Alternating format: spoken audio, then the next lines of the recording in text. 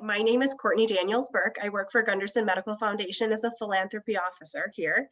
And so I have the unique opportunity to work with donors and department heads to help meet the goals and needs of our patients and our communities through philanthropy and through fundraising. And so really grateful for the opportunity to get you guys together tonight to talk about hospice and to go over how the program has grown over the last few years and where we see ourselves moving forward in the future. I would, welcome you guys to introduce yourselves briefly, and I can go around and kind of give you a nudge so that you know when it's your turn. If you're not comfortable with that, that's totally fine. Feel free to, just stay silent and we'll move on through it. So why don't we go ahead and start with Ashley Zabrowski. Hi, everyone. I'm Ashley Zabrowski. I am a coworker with Courtney here in the Medical Foundation, primarily overseeing the funds and the grants that we, how we utilize the dollars and put them to work in the organization. Wonderful. Thank you. And now Anne, please. Hi, I'm Ann Burgett. I'm the Administrative Director for the Hospice Program. I also have palliative care, spiritual care, social services, and advanced care planning. And I've been with Hospice for a little over a year now. And with Gunderson for about 27 years. Wonderful, thank you. Roz, would you like to take a moment to introduce yourself and let us know your connection to hospice?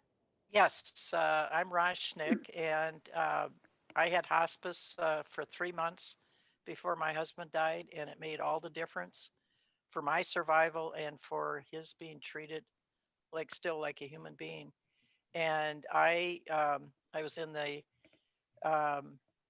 end of the year campaign to elevate hospice as part of the feature for that year. And we really had a lot. And then I was also a conductor wannabe, and my charity was the hospice program. And I won the contest by lot, and all that money went toward the hospice program. And I mean, it is everything. I mean, it's an incredible program. It was then, it still is. And people who have had the experience of having that makes all the difference between coming out of that where you're able to survive and thrive rather than just exist. And that your spouse has been, or the person that is in the hospice program is so treated with respect, and all their cares are, all their needs are taken care of. It's just a phenomenal program. I'm a big fan. Yes, Roz, you've been just a tremendous advocate for hospice in our community, and we're so grateful for all that you've done to share that message and that story and to normalize that experience for people, because I do think it has led to some growth in the program, which is just fantastic as well. Thank you, thank you. Dr. Larry, are you ready? Yeah, hi, I'm Dr. Larry, and I'm the medical director over here at Gunderson Hospice, and just so pleased to be with you and to hear about your connections and to just, talk about our community. So thanks so much. Renee, do you want to jump in since you're sharing some space? I apologize. I don't understand. My Zoom is not working in my office, so I'm just coming in here and getting cozy with Larry in his office. So my name is Renee Davis, and I am the clinical manager for hospice and palliative care. I am very proud to be the manager of all of our staff and the great work that they do to take care of our patients and families in the community and within our organization. I couldn't ask for a better position to be a part of and a better team family to be a part of. So I thank you so much for joining us here today and having the opportunity to listen in and to learn a little bit more about us and where we're at, what we've been working on, and where we're heading. Thank you. Mandy Nagel. Hi, everyone. Mandy Nagel, Director of Philanthropy at the Foundation, and colleagues with Courtney and Mary and John and Ashley on the call, and everybody at Gunderson. So really happy to be here and be part of this great update and conference call. Thank you. And Carol Winther. Well, my husband was in a hospice, and I put it off because to me, hospice said that was the end. And so I was trying not to convince myself that he was dying. And then finally, I did. It was the best thing I could have ever have done. And without hospice, I don't think I would be here. And it was just amazing. And he had so much care. And the people in hospice, the women and all that. I don't have enough. I can't say enough. I mean, I was just, when he passed and I called, and they were there immediately to help me. And it was, I don't know what else to say except that was totally awesome. Sometimes there aren't words for that, and that's okay. It means so much. There isn't. I mean, when I went into his room and he was gone, but he was just like, I think her name, I'm not sure, was Terry. She took care of him and bathed him, and he was just about dying then. And anyway, she got him all, and the next morning I came in to give him a kiss, and he was gone. And it was like he just went to sleep. And that was just a blessing to me. Oh, Carol, thank you so much for sharing that. And I am so glad that was there for you when you needed it. That is just, oh yeah, it's wonderful. I tried to volunteer after that, and I waited the year. And every time I thought about him, I cried. So I guess I'm still not over it yet. But when I do, then I will volunteer. Well, we're just glad that you volunteered to be here. So that's wonderful. Baby steps, right? Thank you. Thank you so much. Thank you. Mary Freibler. Hi, everyone. I'm Mary Freibler, and again, co-workers with my crew here, working at the foundation. Glad to be a part of the call. Hospice has been a part of our life as well, my husband and I. My mother-in-law used the services there at Gunderson. And Carol, much like your experience, so blessed for the care and the compassion shown to my mother-in-law, Nancy, during her process. And it brings tears to my eyes still today, and my coworkers know that too, because when I talk about it, I still well up. But I will say I had the pleasure of speaking with another donor today to thank them for a gift that was recently sent to support the hospice program. And the same experiences, just so blessed to have had that for her husband, and grateful, and showed that in a meaningful way to support the program. So just today, there are still people doing everything they can to help us provide this. And in that same way too, calling out specific staff members for that, the integral role that they played in those moments of their lives. It's life-changing, absolutely. John McKenzie. Hi, good evening, everybody. Yeah, I'm Courtney, Ashley, Mandy, and Mary's colleague. Yeah, very happy to be here tonight and hear about hospice. Yeah, likewise, I think a lot of people have been touched by hospice. About 11 years ago, my grandma passed away at Gunderson's hospice in the hospital. And I just remember having a very compassionate talk with a nurse, because I was having come to terms with it, that my grandma was at that stage of her life. And the nurse compassionately, but also like realistically, helped me get through and have realistic expectations as she was going through that process, which helped me cope as much as my grandma. So I'll never forget that. Thank you. Diana? My name is Diana Vincent. I'm the Senior Office Assistant for Hospice and Palliative Care, along with Renee and Larry and Ann. Hospice has been a very special place in my heart, as both my parents utilized hospice and palliative care. So it's been a pleasure and just a wonderful job for me to be able to participate in this sort of caring for people. And hearing these stories have kind of obviously touched me. So I'm actually a little weepy right now. I have the tissues. We have to come over here. Thank you.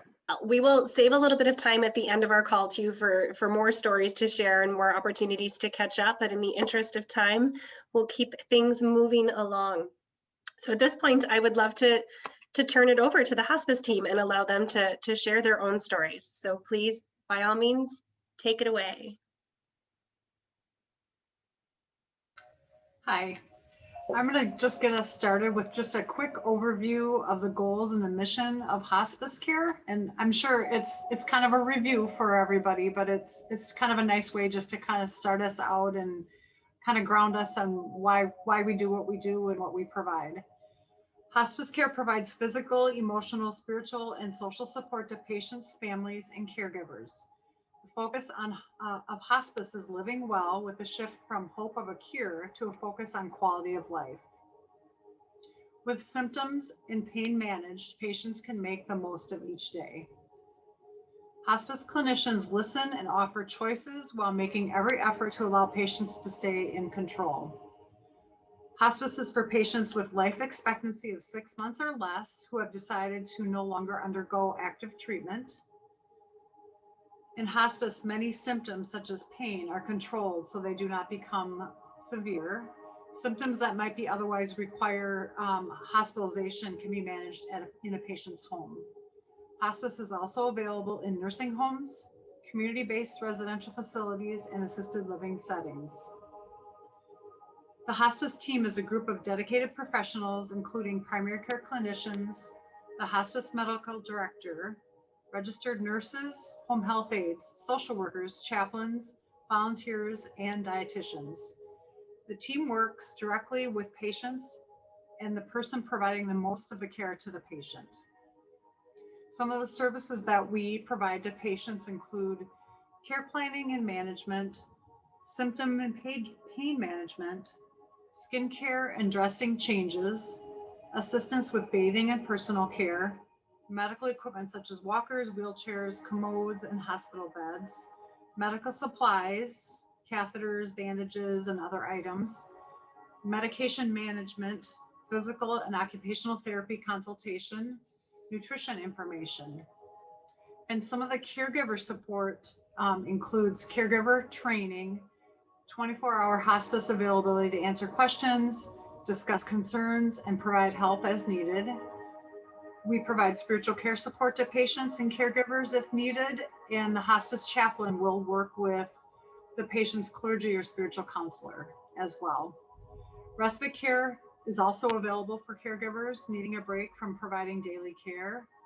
And then we also have trained volunteers to provide compassion or companionship and help with memory making. In addition, some of the other resources include advanced care planning, end-of-life planning. We provide assistance with coping and grief, short-term counseling, and finding helpful resources in the community.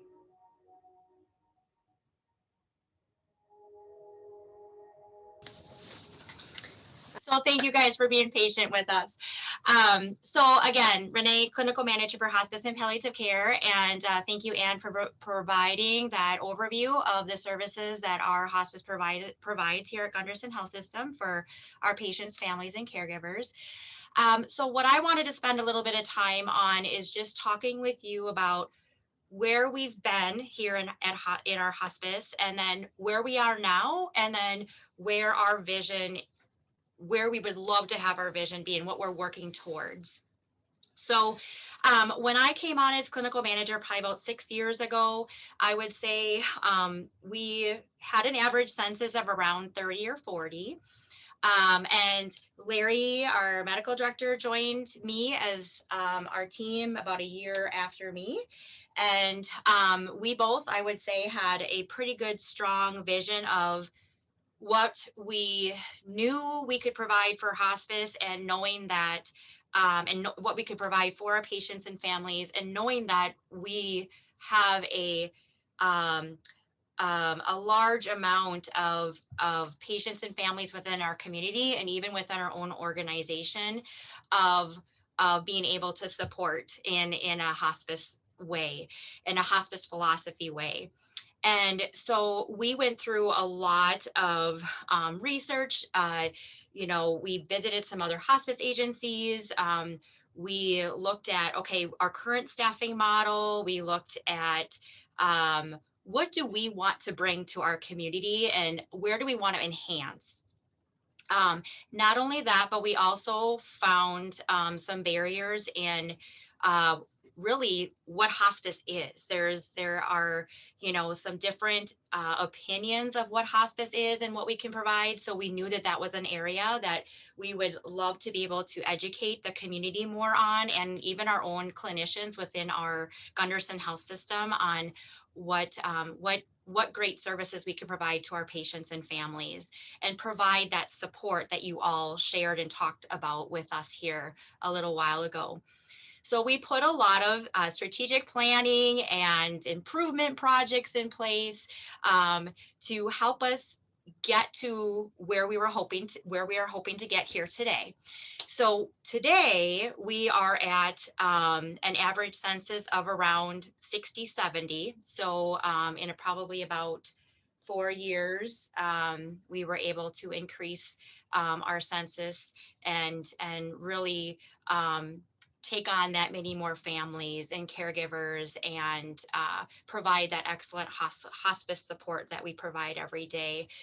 And where we're continuing to want to go as our vision is we want to continue to enhance that. We want to continue to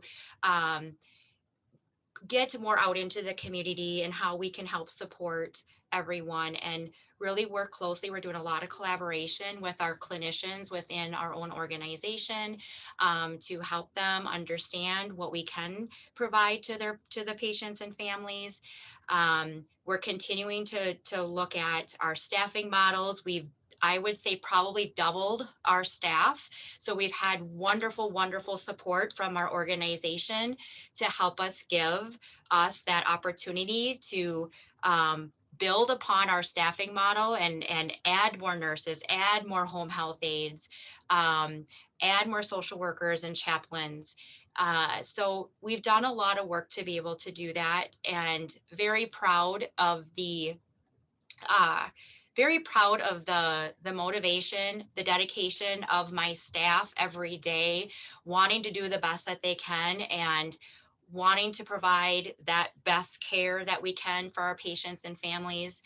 And I'm proud of that every day, to be a part of that. And Larry and I continue to work on building that vision and building upon that vision.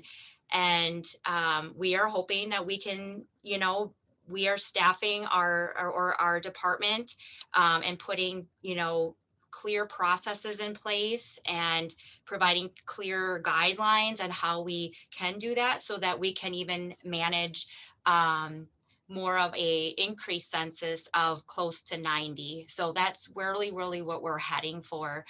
And then not only that, but providing extra education to our staff to help support the patients and families. That's very important, ensuring that we have the resources to ensure that we can take care of our patients and families. So it's been a great journey. We've made a lot of progress. We're very proud of everything that we have done. And again, we couldn't do some of that either without the support from our community and from you to help us through that as well. And, getting patient family feedback is also huge so that we can take that and we can learn from it, and we can then enhance any type of workflow or processes or patient care aspects that we need to do. So that's really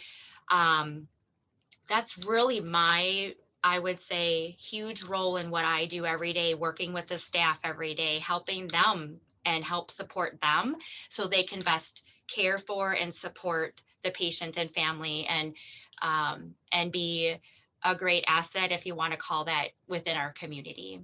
So thank you.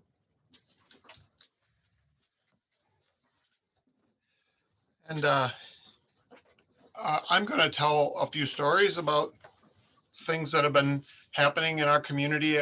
Um, as some other people have already alluded to, this is fairly emotional work. So I'm just very aware of that as I'm telling you these things. And I want to let you know that I feel like I'm one of the luckiest doctors um, here in La Crosse. I get to do visits all over the county to visit with farmers who tell me that this is the farm I grew up on, this is the farm that I was born in, and I want to make sure that I can stay here so that I can have my final breath here as well. So there's just, it's incredible to walk that those same steps as these families that I've been able to work with, and I am incredibly grateful for that. I do want to let you know that hospice is not the same as it was 10 years ago even. I've been in hospice work now for about 25 years, and I can tell you that things are changing, and there's an increased need within our community that I think, as far as I can tell, um, the uh, the World War II generation, they had grown up during the Great Depression. They had seen a lot of caregiving. They had seen people die in their home. And they had also been through a great deal, um, uh, through World War II. And so they didn't have quite the need of the next generation who didn't see a lot of caregiving. At that point, a lot of caregiving was done in hospitals. A lot of dying was done in hospitals. And I think it just has shown me that people are not nearly as comfortable becoming caregivers at this point. They need lots more support. They need lots more education. And so that fundamental shift is what's driving our needs in hospice. I want you to think of hospice as transforming hope, that in the end, if someone asks you about hospice, that, it's all about hope, transforming hope, making, if we can't hope for one thing, let's find something else to hope for, whether it's having a better legacy. What is it that I want to be remembered for in this life? If it's better symptom control, that my pain is just not where it should be, and how could I get it there? Is it relationships? We had one gentleman who was a real doer. He just wanted every day to make sure he did one good thing in this world. We got him set up writing letters to his grandchildren and great grandchildren. So on the day of their wedding, they would open a letter from him saying, I bless this wedding. I bless the fact that you are having a special day, and I want you to know that I love you. And it just was something that, even though his body wasn't cooperating, he had that opportunity to be creative and to do something really special just once a day, to make sure that the day was meaningful. And then the last thing that comes up a lot is travel, that people have loose ends. They want one more trip. We worked with a lady who was having pretty bad pain from cancer, and she said, doctor, I've always promised my family we'd go to Las Vegas. I want to make that happen. And so I said, well, first of all, we got to get your pain under better control. You can't go now. So we had to work for a week on pain. Then I went back to see her the next week. She said, boy, my pain's fantastic. I'm really feeling so much better. And then we could start talking about Las Vegas. We arranged for a hospice in Las Vegas to be able to make sure that if she had any problems, that they could come over and she wouldn't have to go to the hospital. We made sure she had all her medications. And she had a good time with her family in Vegas. I went to see her the next week, and she told me all about it. And then she turned to me and she said, there's one other thing I'd like to do, and that's I'd like to see the Atlantic Ocean. And it caught me a little bit, because I said, gosh, time does seem to be getting short. And I then turned to her and I said, boy, if you and your significant other could travel this week, then I think maybe we could do that. And she showed me this beautiful picture of her and her significant other as the sun was rising over the Atlantic Ocean when she got back. I know that's such a treasure to her spouse at this point that that he has that picture. And she came back and then lived for a few more weeks and then just died peacefully. But it tells me that sometimes the travel is what's real important. And so we get real interested in what are the things you have left to do and how can we help you meet those needs. We're much more high tech than we were even 10 years ago. We're using more pain pumps. We're using, oxygen, and we're mindfully using medications. We have to pay for all the medications that are involved in the diagnosis and for anything that might be related to prognosis. So that's meant that we've had to be willing to use more of what we get from Medicare for medications than we did before. We've really felt strongly that one of the things that this new generation needs is doctor visits. That to think about going into hospice without knowing that a doctor is going to be coming to your house to see you and to make sure that you're continuing to get good care, and that doctor, which is myself, that I can be the eyes and ears of your other doctors that you know and trust. So I can call them up and say, hey, I just was out to see your patient. This is what I saw. What do you think? And it's really been powerful. Those visits are expensive because sometimes I'm going all the way to Caledonia or over to Blair. But I can tell you that they're so appreciated. It means something that a doctor makes a home visit. I feel, again, so lucky that I'm allowed to do home visits the way that they did in the 50s and 60s. And so I feel so strongly about that. And again, I just visited with a gentleman who said to me, Doc, the reason I'm even still here is because I'm in hospice. It was when your nurses started coming and adjusting my medications a little bit. I wouldn't be here if you guys hadn't helped me through this time. And I've been able to go to, some baseball games for my grandchildren. I've been able to enjoy life with my family in a way that I couldn't if you guys hadn't been involved. So I think that fear that got discussed around, does this mean that this is the end? I want to talk about hope. I want to make sure that our community knows that we want to lean in. That being said, the lacrosse community, about 45% of people who are in Medicare die on hospice. That is compared to in Madison, about 90% of people die in hospice on Medicare. So it tells me that in La Crosse County, for some reason, families aren't finding us. They're not getting to us early enough. Sometimes I worry that part of the problem is that they wait until the very last minute, and then it's kind of like the fear that they were worried about actually happens, but it's happening because they just waited so long and they didn't get that extra time to get to know us. So I want to really work with you as ambassadors. I want to work with the rest of the community to make sure they know that we are all in at trying to make sure that whatever their values and goals are, that we'll fight for them. The things that I'm seeing is nursing homes and assisted livings need more help from us. Clearly, this COVID pandemic showed us that they're not always staffed well for the intensity of end-of-life care, and we really want to help. But we also need to expand what we're doing. We need to consider things like music therapy, massage therapy, other ways to make it a good day for someone who's in a facility like this.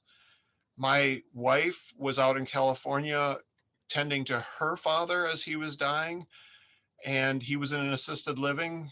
And the last 2 days of that time, the hospice brought a nurse who's just sat with her and the rest of the family so that my wife, who is a nurse, was allowed to be the daughter and didn't have to be a nurse for those times. And I think that's a pretty powerful thing. It meant that she didn't have to worry about the medications the way that sometimes I think we, in our current setup, have to rely on the family to do some of that in the middle of the night. I worked as a camp director for a children's grief camp. And I can tell you that when those kids get to be alone, they start telling you about how their family is not talking about what happened. Their family doesn't want to show tears in front of them. And they need to find words to talk about their experience. So many of our young people now are living with grandparents. And so if that grandparent has a chronic illness and they're moving towards death, it's every bit like having their own mother or father die. And I worry that even though we have a bereavement program, that we're not being robust enough. And we know that when children have a good outlet for grief, they know what good grief looks like, then they don't have as nearly as many problems in school. They don't turn to alcohol and drugs. So this is an investment in our community when we do a better job paying attention to children's grief. And that's an area that I'm just passionate about, and I want to keep working towards that investment. What we get paid by Medicare does not cover these kind of extra programs, unfortunately, but they're every bit as important as the work we're doing in those other areas. And I think to be relevant as a hospice and relevant to our community, we have to keep listening carefully and adjusting what we're offering. So I want to thank you for your support. I want to let you know that I'm continuing to learn. I'm learning every day, and I am deeply honored when I walk into a home where you can just feel the love that family is bringing to their loved one. That is an amazing feeling. It makes me really feel like this is what I want when I have to make this journey. And so I want you to know that I still see this as a time of awe and mystery, but it's also a time of great inspiration. And I don't think I'll ever learn enough to be as good as I want to be in this role. So, and certainly the last thing it teaches me is what love can do in a family. So thanks very much. My goodness, thank you. That I think I'm glad the tissues were here for me too. But thank you. And I think that message of the hope and the possibility and the things that we can do, not just for the patient, but for the families, for that whole experience. There's so much possible there. And it is such a good message to focus in on the hopeful pieces of that. And so I'm going to turn it over now to Ashley Zabrowski, who is our fund manager, and we can discuss a little bit how the foundation helps make those things possible. Thanks so much. So I'm going to share, I just have 2 slides here that I'd like to share with the group. The first one talks a little bit about where we've been and where our finances have been when it comes to the hospice fund, kind of looking backwards 5 years, and then the second slide looks ahead 5 years. So this first one that I'll share with the group, this first one here, I think it's important for you to see that generally speaking, when it comes to the revenue that we have for our hospice fund, we typically generate between $50,000 to $100,000 in revenue for hospice every year. That comes in 2 different ways. The first way is through our endowment fund. So we have a hospice endowment fund. It has approximately $300,000 in it, which means that every year we get about $15,000 in earnings off of it. And that money goes to help the hospice programming and some different patient care options that we have. The rest of the revenue that we get, when we kind of did a dive over the last 5 years of donations, it typically tends to be gifts in memory of individuals who have passed away, which makes it a little bit difficult to plan financially because we don't always know when that money's coming in, when it's going to benefit our foundation and our hospice fund. It really comes from grateful patients, grateful families for the care that they receive from our hospice program, and they want individuals making memorial gifts to come back and support that great care for other families in the future. So something on this slide you'll see with our revenue just tends to be in that $50,000 to $100,000 range. But the orange line that goes along with it is our expenses. And you can see that generally speaking, we spend the money as fast as it comes in our door, which is what we want to do. If we're getting philanthropic gifts, if donations are coming in, we don't want them to sit here. We want them to be put to work. There are two main areas, and I'll ask Renee to share a little bit more about them. Two main areas that we support, and that's for patient transportation and durable medical equipment for our patients. So Renee, I'll have you kind of jump in here quick and share a little bit about that. Sure. So the durable medical equipment pieces are exactly kind of what Larry was talking about, that when we have a patient that is coming in and we need Medicare, we need to support with whatever diagnosis they have, we have to pay for whatever that is going to needed to be. So if they need a wheelchair, a bed, a commode, all of those types of durable medical equipment pieces, we order them so that we can best care for the patient safely and ensure that they have the comfort that they need for where they're at home. So that's what the durable medical equipment is, and that's based off of our nursing assessment and what the nurses assess is what is needed for the best care for that patient. And then also what the needs of the caregiver or the family is as well.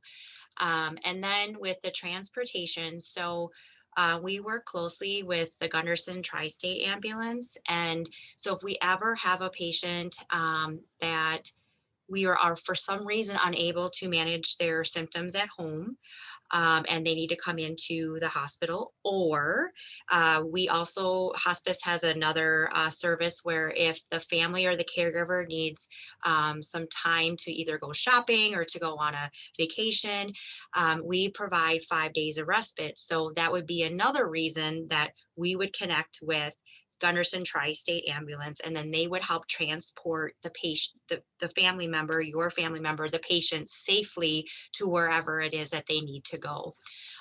Sometimes we're admitting patients straight from the hospital. So maybe they're going, they need to be transported to the home. Maybe they need to be transported to a local skilled nursing facility. That would be another reason that we would utilize those transportation services, again, to ensure that the patient is safely brought to where they're going to be. So those are the two areas. And when I talked about how our census, and I say that because that's kind of the term that we always use, but and we're growing and growing. We're taking care of more patients. That's where also we're needing to have more durable medical equipment, and we're having to utilize transportation more. So that's where I'm seeing in my financials, when I look at that, there is that increase in expenses that I'm having to pay out to help care for our patients safely. Thanks for sharing a little bit more about that, Renee. The next slide that I want to show you is really looking ahead, looking ahead at the next 5 years. And this is really just a projection based off of the information that we know right now. What we know is we get approximately $50,000 to $100,000 a year in revenue, and that's unpredictable. With where our fund is at right now and with where our expenses at, the expenses is this green line here. We spend about $100,000 annually out of this fund. And even if we look at modestly increasing our spending over the next couple of years based on all the information that Dr. Larry and Renee gave us today, it's very likely in the near future, if things don't change from a revenue standpoint, that this fund will begin to deplete. You can see this purple line is showing what the average fund balance would be if we continue to exist on those in memory of donations and the revenue that we're getting off of the invested fund. So really what we're trying to do is proactively look at what's in our control right now. What areas can we enhance to ensure that whether it's 2 years, 3 years, 4 years down the road, we don't get to that point where those lines intersect, where our expenses are starting to exceed the funding that we have available. And like we heard today, there are some really great things on the horizon when it comes to hospice care. One thing being enhancing what we're already offering. We're increasing the patients that are utilizing hospice, and we want to continue to offer that durable medical equipment and that transportation service. But there are a lot of new things that are being asked for by our patients, by our families, by our staff, that we really want to offer to make sure that our patients are really having a meaningful experience with our hospice care team. So we're really looking at just future opportunities to ensure that those services are brought here locally. And that's just kind of where we're at. Thank you so much. And that really helps, tie that entire process together. The foundation working with the hospice team to make sure that these services are available for more and more of our community as they become more aware of it and it becomes more socially mainstreamed. This is what we look to as a part of the foundation when we center our focus on what we call priority funds, which is what hospice is for us. It's one of our primary priority funds, and look forward to continuing to support it in the future.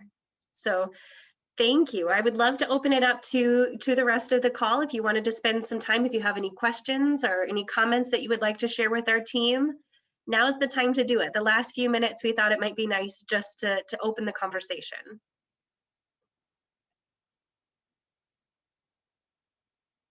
Well, I'd like to say a few things because, my husband passed away 9 years ago. And so it's interesting. Dr. Larry talked about some of the changes that have been made along the way, and they're all so positive. But, from my point of view, because of hospice, I could keep him at home.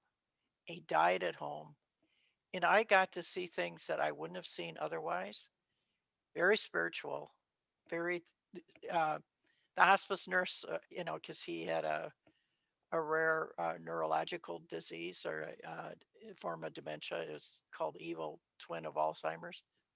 And in that process, she'd say he is more there than he is here. And so the level of training that you have to have in the staff that interact is phenomenal, and we had that always. And so I'm really pleased to hear some of the additional things that are being added to help. And of course, if you're adding more people in the people that come into hospice care, that means you need more funds to cover the people that are added to that. And so keep it up. It's like everyone else has said it. If I hadn't had that, I wouldn't be doing what I'm doing today. And I have purpose. And it all is a journey for all of us. That journey of being born, living, and dying is that we all have to experience that at some point. And you just hope that when your time comes, that there's something like hospice at the level that it's at. Because I know that it was struggling when I found out about the funding and everything. That so part of that, but I like to see how the vision that you have, and realizing that if you don't do something now, then these services that you've added and that you continue to provide might not be there for everyone. And I always felt that it was underfunded when I when I was involved. And I actually talked to the head of hospice at that time, and I said, "Isn't there some way of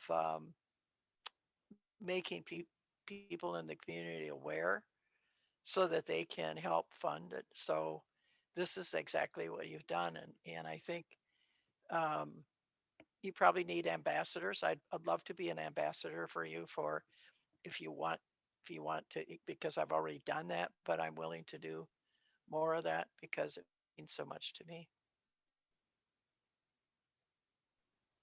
Thank you. Yeah, and you have been a tremendous ambassador, and really everybody on the call, and sharing your stories and being open with your personal experiences. It's so meaningful, and it does, again, helps make it more accessible for people, more, that hesitancy, it draws it back, it makes it more real, and it allows us to do that really critical work at that really important time in people's lives. So, and really the health system is also tremendously supportive of hospice. It's just in this place of growth, and that is the place exactly where we want to be. We're exactly right where we need to be. We just need to keep working together and coordinating that effort and making sure that we can continue to grow on pace with what the community needs. Which is, it's a good place to be. It's a good problem to have.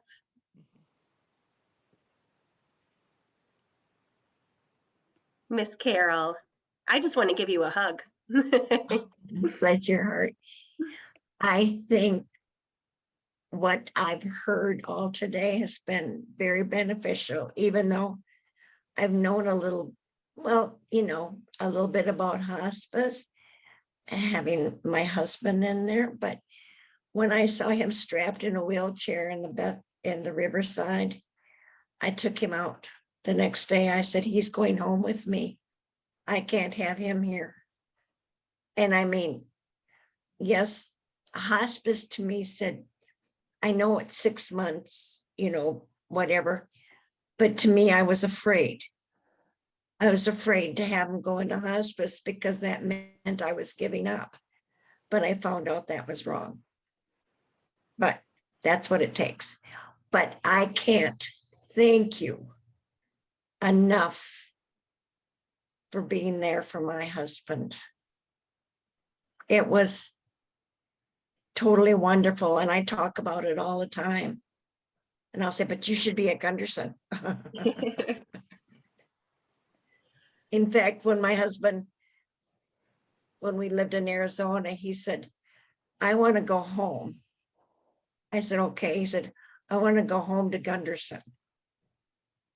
And then he used to tell everybody his address was 311 Gunderson Drive. Oh, A at little some point bit I of, wonder. Yeah. yeah, a little bit of Oh, that's hilarity so in here. special though. And I do think that we've all had that experience a little bit where, this is what we're most familiar with. And this is a part of our life experience. Gunderson has been a big part of very big life moments for all of us. Well, my husband had everything wrong with him. I mean, heart, lungs, everything. And that's why he wanted to come back here. And I agreed with him 100%. Well, Anyway, so glad. that's Yeah. enough. I don't need to say anymore. No, Carol, thank you so much. And thank you for sharing your story. And again, for all the things that you have all done as individuals to help share that with others is Wow. more than we could ever ask for. But your team, you make hospice what it is. Let's face it. That's all. Moment for a Zoom clap for our hospice Oh, team. that's you. Yes. So I probably will leave now because I've got another meeting at 7 o'clock. So Well, on thank Zoom. you. Yes, of course. Anyway, It allows us to go to multiple meetings. It's very wonderful. Thank you so much for sending me this, and I know where my donation should be going now. Carol, thank you. You take care. Have a wonderful evening. Thank you so much. And you too. Tell the team hi. Someday I'm just going to have to stop in and say, Come on out, you guys. That's getting more acceptable all the time. Yeah. Yeah. Take care. Thanks, Carol. We did have a Bye-bye. question pop up here on, I just am grabbing it here on the side. And this is a good one for the hospice team. A quick question regarding future planning of buildings or acquiring a separate hospice facility within the community apart from inpatient hospital. Wow. So we are trying to vision a grassroots hospice home that would allow people who can't stay at home anymore, but don't necessarily want to be in a 24-hour nursing center where it would be more of a home atmosphere, that there's a grassroots group that's trying to start to vision that, but they're years away from getting anything built. But yes, there's a recognition that this is a hole in the net, in the fabric of our care. And so we're hopeful that that group will be successful. And that's a group that is working with all the hospices in the area, that we're trying to make sure that this is something that would be a resource for our entire community. So that's Oh, real important. unreal. Yeah. One other thing, it's like when my husband was in the nursing home, I know there's a reason for this, restricting the patient. But you see, my husband needed to have those restrictions because he could fall out so easily. And I know why they probably did that, but still, that's very, very difficult. To see him strapped up in a wheelchair out in the hallway. I mean, it was just devastating for me and him. So that is a wonderful thing. That would be a good thing to contribute money to, too. So now I'll leave. Bye. Thanks, Carol. And it is, I think there are so many great opportunities for collaboration within our community. And really these conversations also help bring those to the front of our minds and our options moving forward, is how can we work together to make this vision become a reality, and what are the resources that we can all bring to the table. But a wonderful vision. Oh, unreal. Bye. She does. She's also a very good ambassador, I can tell. This is wonderful. Well, anybody else have anything else that they would like to add before we go? Well, I'd like to comment on the fact that that's what I felt when my mother passed away in Owatonna. Yeah, so she never got to be in hospice, but the people that were taking care of her, they felt so badly that at the end that they weren't able to do that. And I understand in the past that there was an effort to go forward with a place that would be for hospice patients, and it fell apart. So I hope that that doesn't happen this time around, because I think the need is incredibly there. Um, you know, I I'm with Carol. I mean, it just made such a difference in my life um, to have that, and to see my husband being taken care of the way he was, and to be able to keep him at home. And the other thing I hadn't added was how I always felt like I was being held up in the palm of all of your hands, that I was being allowed to fail, that I could hang in there no matter what happened. And when he died, it was 2:30 in the morning. I made the call, and she said, "I'll be right there." 15 minutes she was there, and I said, "Well, is there anything else I have to do?" She said, "No, you just be with your husband as long as you want to be." She did all the stuff. I didn't have to do a thing. And somehow, I mean, think about the number of people that don't have that and have to go through all of that stuff. How do I get how do I get all this stuff done? Because you're in a terrible state.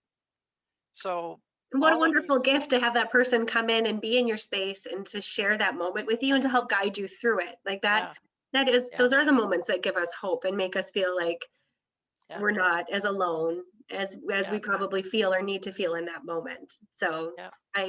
yeah, just I'm so grateful for all of that, for everyone, and hope to share that experience with more people. So, my goodness, thank you all for your time tonight and for coming together and sharing this information and for spending the time with us. We so appreciate it. We'll follow up when I'll trim out some of your mics off recording portions and send this out to the group. I think it's going to be a great piece that we can continue to share with people who are ardent supporters of hospice. So another round of applause for the hospice team. And thank you all so much for your time tonight. If you have any questions, feel free to reach out to me. You've got my email, but otherwise we look forward to seeing you in person again soon. Great. Thanks and have a great Thank you, day. everyone. Thank Yep. you. Good night.